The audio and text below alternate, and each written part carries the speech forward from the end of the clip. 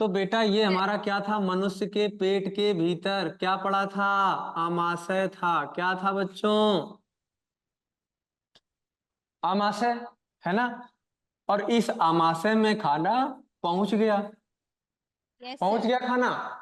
अब खाना कहाँ जाएगा? तो खाना जाएगा छोटी आंत में। और छोटी आंत के तीन हिस्से होते हैं। कितने हिस्से होते हैं? तीन हिस्से। पहले को हम लोग बुलाते हैं ग्रहिणी। क्या बुलाते हैं बच्चों? ग्रहिणी के बाद मध्यांत्र। क्या बुलाते हैं? और फिर शेषांत्र। वापिस से हम बात कर रहे हैं ग्रहिणी, मध्य आंत एवं शेष आंत, अर्थात डियोडिनम, जेजुनम और इलियम। कितने पार्ट हो गए बच्चों? तीन पार्ट हो गए। तो अमाशय के बाद खाना निकल करके कहाँ जाएगा? ग्रहणी में। ग्रहिणी में। ग्रहिणी के बाद कहाँ? ग्रहिणी के बाद मध्याह्न। इसके बाद किसान। फिर क्या? हम लोग आते हैं बड़ी आंत पे। किस पे आएंगे? बढ़िया। बड़ी आंत के वापिस से तीन पार्ट। कितने पार्ट? तीन पार्ट। पहले को बुलाते हैं सीकम। क्या बुलाते हैं? सीकम। फिर कोलन। कोलम। और लास्ट वाले को रेक्टम। याद हो गया?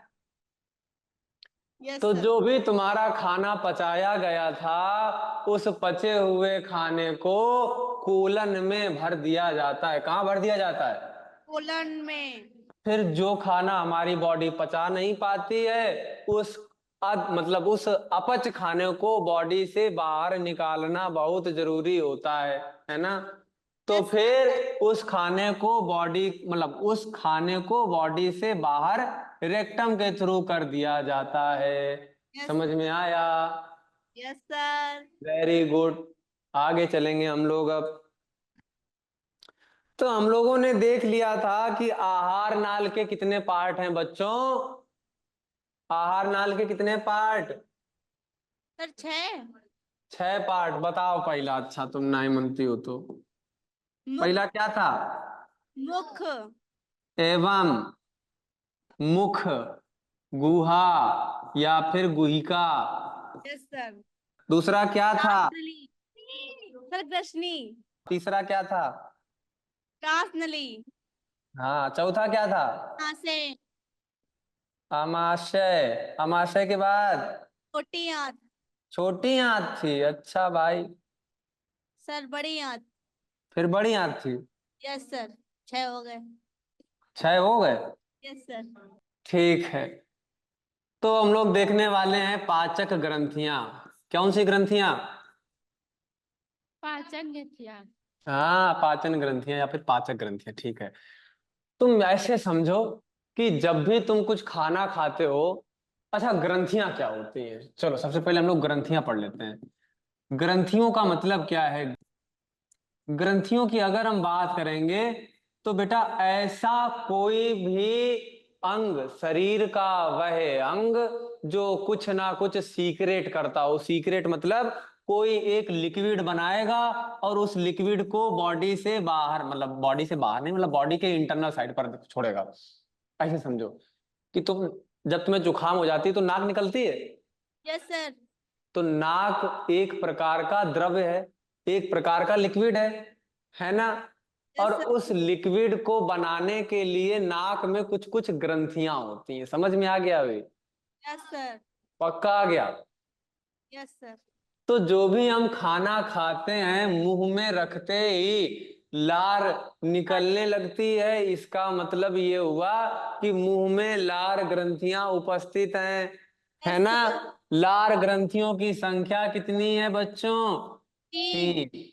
बताएं कि ना बताएं? बता दीजिए सर। पहली ग्रंथि का नाम है सब मैक्सिलरी, सब वर्णमूल। Lingual and parotid. याद हो गया? इसको लिखो तुम लोग, पैरोटिड को कर्ण पूर्व। क्या हो जाएगी? कर्ण। कर्ण। लार ग्रंथियां कितनी होती हैं? 3। नेक्स्ट चलेंगे। तो बेटा खाना सड़क के कहाँ जाएगा? तुम ध्यान दो। मुंह एवं मुख गुहिका, यहाँ जो पाइप लगा है दांत लगे हैं और जो है खाने को चबाया जाएगा और खाने में क्या मिलाई जाएगी, लार मिलाई जाएगी। और लार में एक स्पेशल प्रकार का एंजाइम होता है जिसको बुलाते हैं टाइलिन। क्या बुलाते हैं? टाइलिन।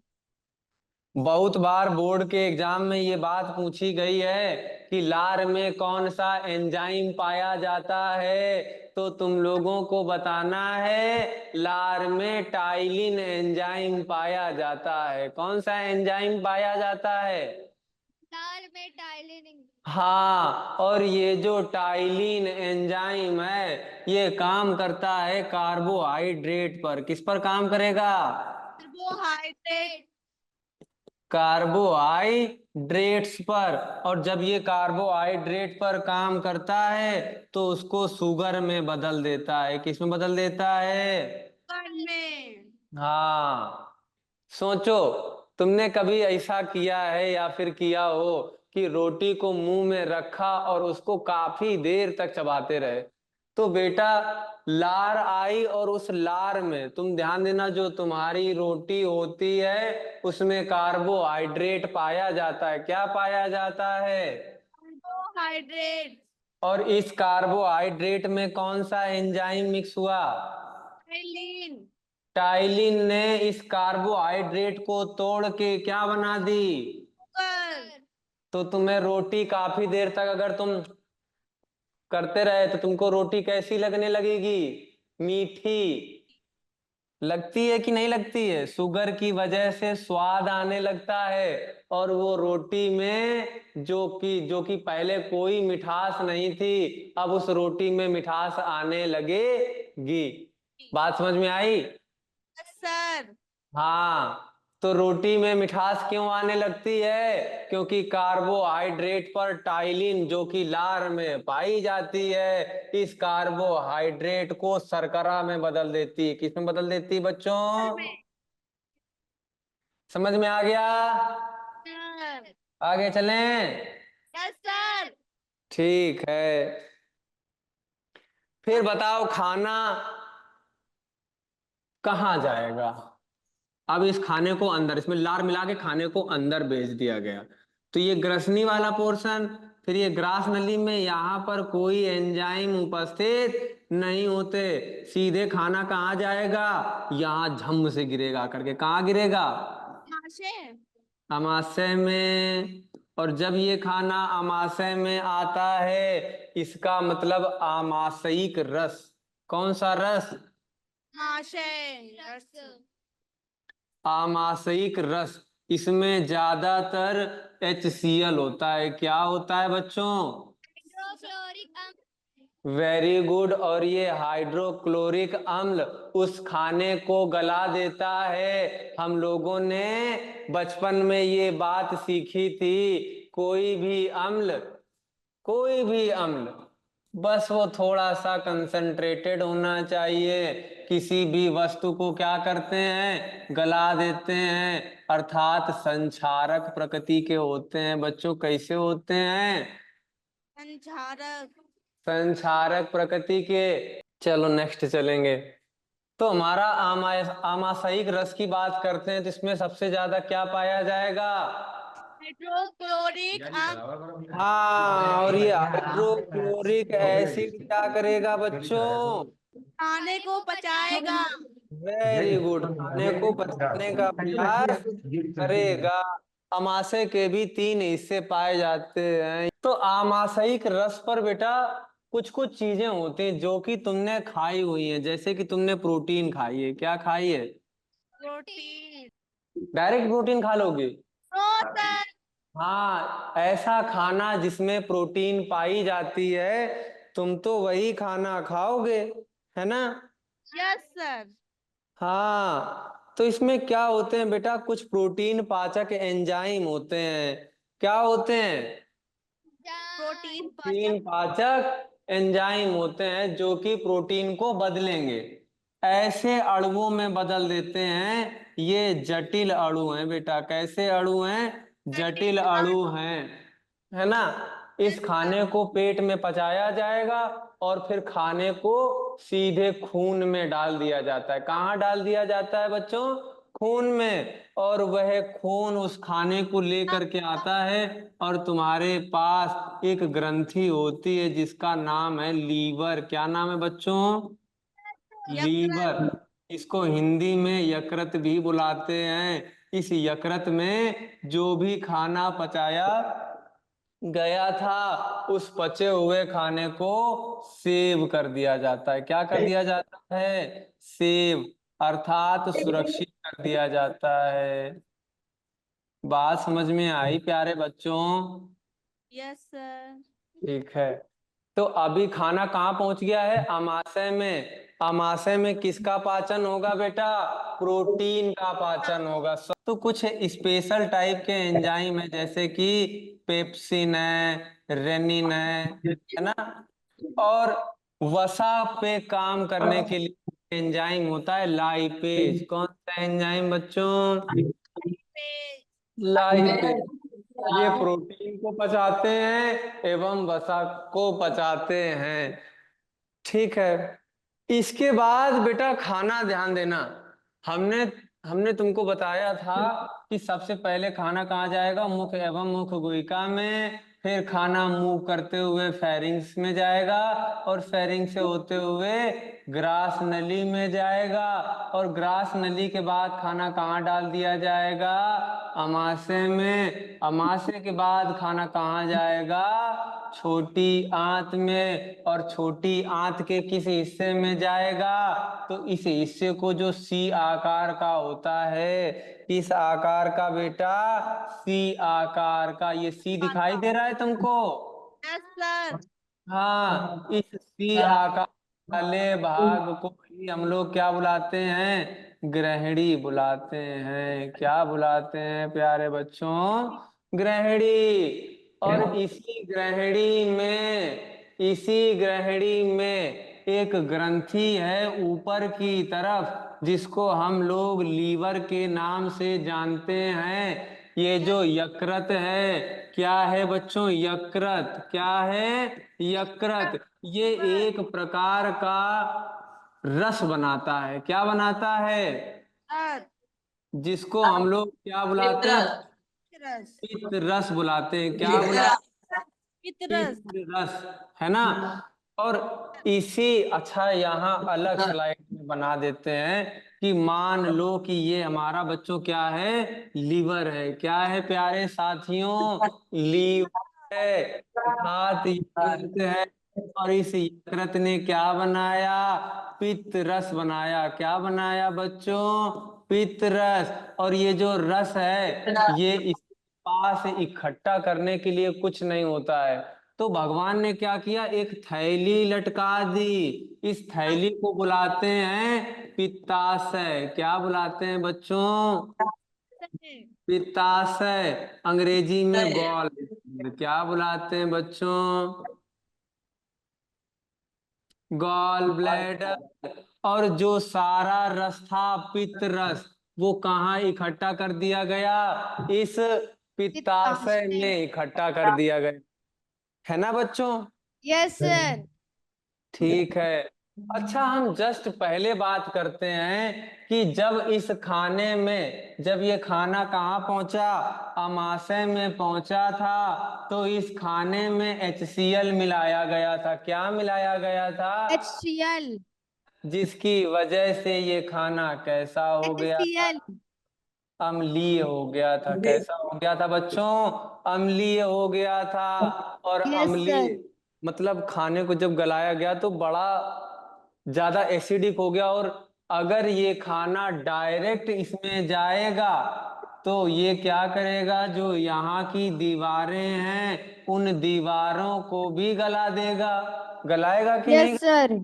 तो भगवान ने क्या किया कि एक नली लगाई। ध्यान देना बच्चों, ये तुम्हारा, अच्छा ध्यान, आराम से सीखना है। ये तुम्हारा क्या है? जल्दी बताओ। अमाशय। क्या है? अमाशय अमाशय। है। और यहाँ से एक नली कनेक्टेड होती है। क्या कनेक्टेड होती है बच्चों? नली। यकृत। यकृत की नली। यकृत कॉमन बाइल डक्ट। हाँ ठीक है। गॉल ब्लैडर पे कनेक्टेड होती है। किससे कनेक्टेड होती है? पित्त नली, पित्त नली, वेरी गुड। और ये नली कहाँ खुलेगी? ग्रहणी में खुलती है। कहाँ खुलती है बच्चों? ग्रहणी में। हाँ। जो ये पित्त रस है, ये कैसा होता है बच्चों? क्षारीय प्रकृति। क्षारीय, कैसा होता है? क्षारीय। क्षारीय प्रकृति का होता है ना? तो हमने बचपन में सीखा था कि when an acid is treated with base, अगर किसी अम्ल की अभिक्रिया किसी क्षार के साथ कराई जाती है, अम्ल उदासीन हो जाता है। क्या हो जाता है? उदासीन, हाँ, उदासीन, उदासीनीकरण अभिक्रिया। वेरी गुड, उदासीनीकरण अभिक्रिया। Very good. क्या बुलाते हैं? उदासीनीकरण अभिक्रिया। तो अम्ल एवं क्षार की पारस्परिक अभिक्रिया से लवण एवं जल बनते हैं। क्या बनते यस हैं? सर, लवण एवं जल। तो भैया, ना तो प्रभाव एसिड का रह जाता है और ना ही प्रभाव नहीं, बेस बेस का। का रह जाता है। तो संक्षारक प्रकृति थी वो खो दी इन लोगों ने। Yes sir. तो क्या यहाँ पर आने के बाद खाना कैसा हुआ था? अम्लीय हुआ था। लेकिन इसको गलाएगा जाके, तो यहाँ से क्षारीय पदार्थ आया और यहाँ से अम्लीय पदार्थ। तो बेटा रिएक्शन वहां हुई, जाके उदासीन हो गया। उदासीनीकरण अभिक्रिया हुई, और जो भी तुम्हारा खाना था वो उदासीन हो गया। गया। अब तुम ध्यान दो कि तुम पहले वाली स्लाइड्स में पढ़ के आए हो कि तुमने कार्बोहाइड्रेट भी पचा लिया। क्या पचाया? कार्बोहाइड्रेट। हाँ, कार्बोहाइड्रेट के बाद यहाँ पर तुमने आमाशय में प्रोटीन प्रोटीन भी पचा लिया था। Yes protein, sir. प्रोटीन है, वसा है, ये सब भी तुमने पचा लिया था यार। तो प्रोटीन भी पच गई, वसा भी पच गई। रही बात विटामिन की, तो विटामिन क्या होती हैं? उसी खाने के साथ, उनपे कोई ज्यादा ड्रामा नहीं होता है, वो यहाँ पर आकर के एब्जॉर्ब हो जाएंगे।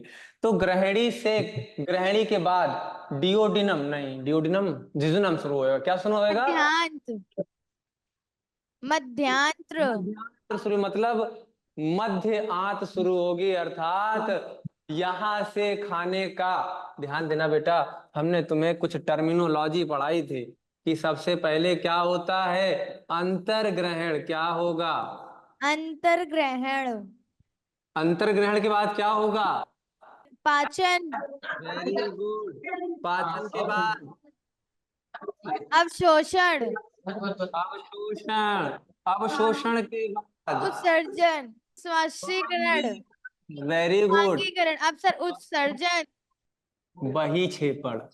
अब क्या शुरू होगा बच्चों? अवशोषण शुरू होगा। क्या शुरू होगा? अवशोषण। तो अवशोषण कहाँ से शुरू होता है? छोटी आंत मोटी से। आंत से। छोटी आंत के किस भाग से? देशांतर से। Very good. समझ में आ गया कि नहीं आया? Yes sir. ठीक है। तो जो भी खाना है छोटी आंत के बाद कहाँ जाएगा? बड़की आंत में जाएगा, अर्थात बड़ी आंत में। और बड़ी आंत का ही रेक्टम हिस्सा है जहां पर अधपचे हुए या अपच खाने को भर दिया जाता है, और कुछ समय अंतराल इस खाने को बॉडी से बाहर निकाल दिया जाता है। आज के लिए इतना ही, मिलेंगे कल की क्लास में। तब तक के लिए bye bye. Thank you sir. Welcome.